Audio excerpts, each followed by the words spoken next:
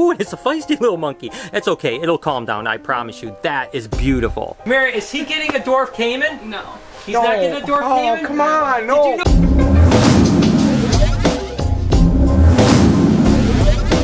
Hey, good morning, everybody. Welcome to the vlog. I hope the start of your day is absolutely amazing. As for me, it's so good to be back at BHB, and there is a lot of work to be done today for sure. And you know, I tell you what, holding this Mexican black king snake is kind of an interesting thing. You know, I have been working with snakes for almost 30 years, and I've never seen the demand for snakes go so skyrocketing. I mean, I tell you what, you can barely keep these guys in stock. We have some babies that are about ready to go out, but we have such a long waiting list. I don't know if they're even going to make the website this year. It is so crazy. I mean, it seems like every time I see these guys available, they're gone within seconds and at crazy prices too. There is no doubt that Mexican black king snakes are some of the most amazing snakes, but I tell you what, the demand for these guys has went through the roof. But that got me thinking, what's on my wish list for next door to the Reptarium? What is on my wish list? To really go what's not on my wish list, right? But if I have to really think about it, you know, I absolutely love dry markon, which are cribos, indigos, stuff like that. Of course, this is Rico, the blacktail cribo. He is absolutely incredible. I mean, just look at what an impressive snake, and he just shed out, so he looks so incredible. And look at how heavy-bodied he is. And then there's this guy here, who is a yellowtail cribo, but he's actually in shed right now. And whoop, be careful. Looks like he's going to take a pop shot at me. Typically, they're pretty docile, but when he's in shed, he looks a little bit angry right now. The fact is, I love cribos. I just think they're such amazing animals. Both this guy and a few other cribos, like Rico, are going to be on display at the Reptarium. So one of the things on my wish list for sure is an indigo snake. Now, that's the ones that are just like this, but solid black snakes. They are so incredible. I showed you the Mexican black kings, and that's what made me start thinking about the indigo snakes, because really, the indigos are like the Mexican black kings, but like huge like this. So I definitely want to add one. One of the problems is you need a permit if you send them across state lines because they are protected. So I'm hoping I can maybe find someone in Michigan. If not, I have to go through the permit process, which I will do. So if you guys know anyone in Michigan that has some indigo snakes, I would definitely like some. If not, I'll have to get a permit. Let me know if you guys know someone that can help me with that. You guys know that I absolutely love my tortoises. Savvy, Speedy, my leopard tortoises now are absolutely incredible, which is really weird because leopard tortoises act so different than sulcatas. Sulcatas seem to be a little bit shy, a little bit timid. You can see Savvy goes into his shell. To be honest with you, Savvy is one of the most social sulcata or African spur thighs that I've ever seen. With that being said, I've always wanted a Galapagos or an Aldabra tortoise. Now, Aldabras you don't need permits to get, so I'd really like to get a little well-started baby Aldabra. Now, you guys might ask, you know, Brian, aren't those the tortoises that get like 600 pounds? Yes, they do. Not exactly ideal for next door when they're 600 pounds, but you have to remember, that's probably going to take 12 or 15 years. So to get one that's this big and really cute, it's going to be a long time before it outgrows it, and hopefully I'll have a much bigger zoo by that point. So I definitely want to get an Aldabra tortoise. That would be pretty freaking awesome. Next thing on my plate to do today is actually pack a bunch of snakes that are going out. I'm kind of helping Laura. You guys know I do this from time to time. It's really cool to see the animals, but I get a little sad to see them go. This happens to be a female leopard ball python, and this is the only well-started ball python that's going out today, and that's absolutely a stunner. And of course, these guys are a codominant mutation. Absolutely beautiful, great mutations to mix in with clowns and all kinds of other stuff. So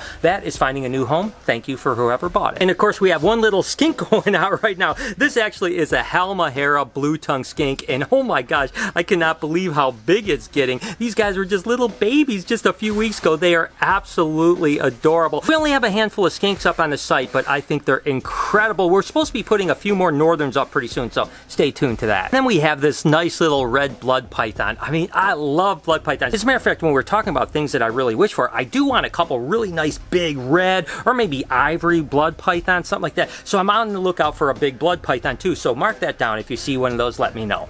And the rest of the babies that I have to pack are actually little baby ball pythons of different sorts. This happens to be just a really pretty normal ball python.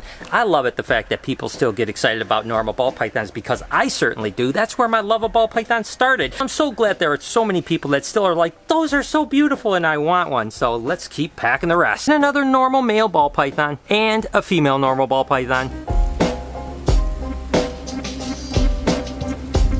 That little bugger was hard to find. I mean, things are not very organized down here. I always tell you guys when we hatch, we set up chronologically and then eventually re-alphabetize them as they all are hatched. But while they're hatching, there's no sense in doing that. This happens to be a champagne ball python, and it's got a little ringer on it.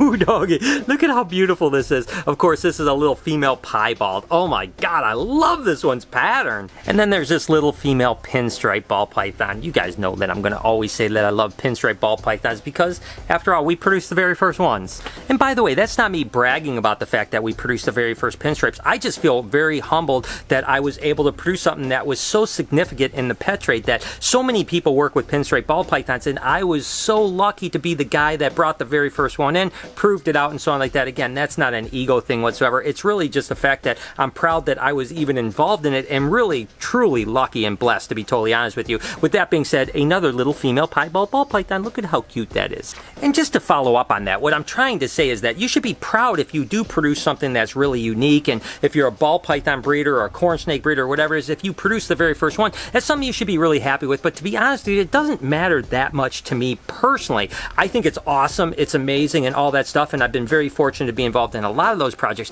But that being said, to me, I just like working with really cool snakes like this super fire ball python, this black-eyed leucistic. I mean, I think everyone should get credit for what they have credit for, but when it comes to first for me, it's not something that I really put high on my list. I just want to produce really awesome snakes. And here's a little hypo ball python, or what they call a ghost ball python. I love these guys. And again, we had some of the first ones that ever came into the country. A guy named Mike Ellard at a place called Burgundy Reptiles actually brought them in. I think he brought 3 of them in at the time. We ended up with 1 female. Kevin McCurley at Nerd ended up with a female. And I think Dave and Tracy at VPI ended up with a male. And we all kind of worked the project together. I'll be honest with you, I think I was like the 3rd one that actually produced. I think Kevin and Tracy ended up producing before me, but nevertheless, I've loved them ever since. Oh my gosh, this animal is so freaking amazing. This is actually a pastel fire Woma lesser pinstripe. That's right, that's a lot of genes, but what a powerhouse animal. So wow, whoever got this one, this one, I remember when it hatched, I was blown away by it. And take a look at this pied. This is actually a male. I love the fact that it has those 2 little patterns on it.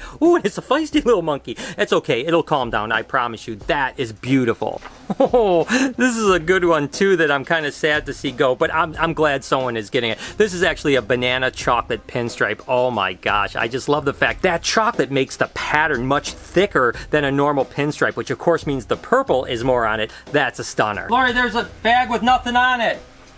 It's a whole bunch of bags with nothing on it. And just so you guys get the idea of what we're doing here, Lori hands me a bunch of bags. They all have markings on them, so I just go find the snakes because that's what I do. Regardless, this is all the bags. I was thinking, man, that's a lot of snakes. I mean, don't get me wrong, we packed a lot of snakes, but I thought, man, that is a lot more snakes to pack. Well, guess what? None of these bags have any markings on it, so I don't know if she forgot to mark them or if she just gave me a bunch of bags that don't need to be packed. So let's go ask her. So I got these all packed up, Lori, and then I've got all these bags right here that they don't have any marking on them. Was there supposed to be something packed in these, or did you just give me bags as a joke? Are you sure? Well, I'm sure. Well, yes, I'm sure there's nothing on them. Okay. Did you just give me a bunch of extra bags, like to trick me? No, I grabbed a stack and I wrote them, so I'm just making sure. Like, all right, well, next time, get your crap together. This is ridiculous. Listen, on days like this, my crap is all over the place. It's not together at all.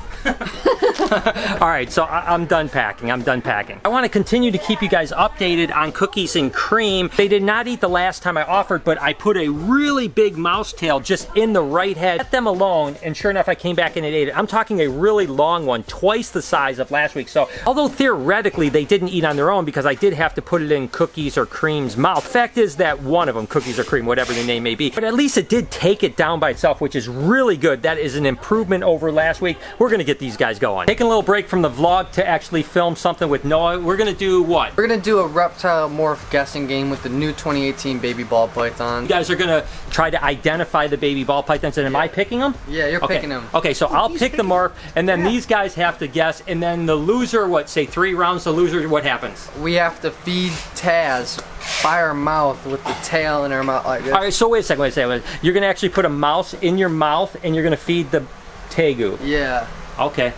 All right, guys. So I'm going to go film this really quick. If you guys want to see it, I'll put a link in the description. You can see it over at Noah's channel. Go show him some love. Still getting ball python eggs. What do we got today, Kelsey? We have a het albino female to an albino male. Okay, let's go ahead and see what she gave us. Oh, she left some. Well, this is a weird.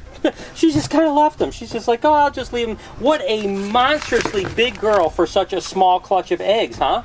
Yeah, I was really expecting a lot more eggs from her, but these eggs that we got are huge. They are absolutely big eggs, but there's 4 eggs. That's all right, girl. You know, and I think that she's actually one of my really old females. I think that I've literally had her like almost 20 years. What happens is as a snake gets older, they typically slow down their production, but hey, that's okay. This girl has given me so many clutches over the years, so let's get these in the egg boxes. We'll get you all cleaned up, Mama, and we'll go from there.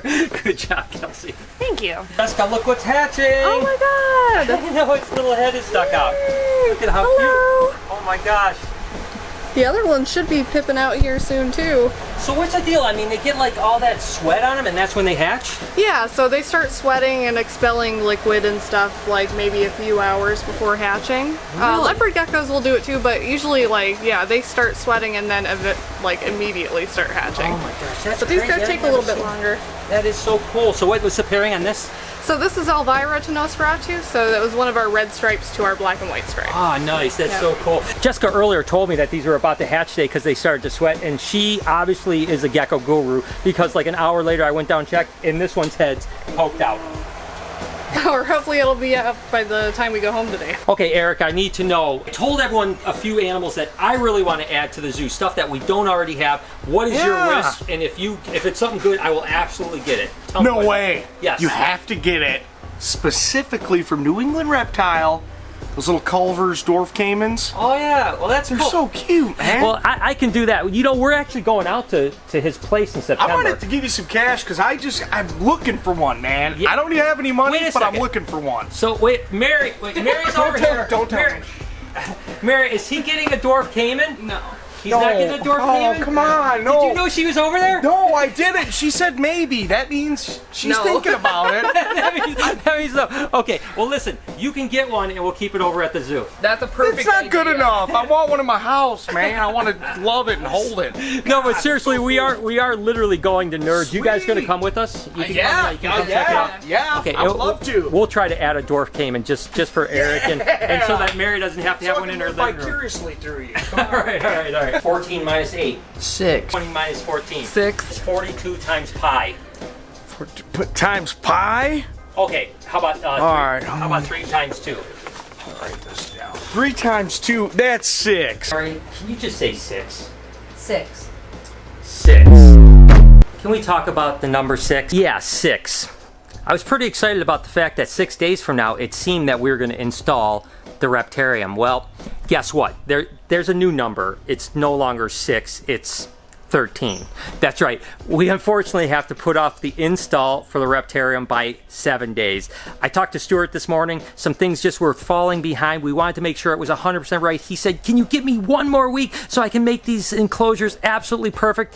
What am I going to say? So 6 turned to 13. I'm sorry to everyone. And by the way, anyone that had reached out to me and wanted to come help install on the 20th, remember now it's the 27th. I'm going to try to reach out to as many people as I possibly can, but some people it was just in a comment and I said, yeah, come and help us out. So if you were coming, reach out to me, email me, info@BHP Reptiles, and we could talk. It's going to be the 27th, okay? The 27th. So now the new number is 13.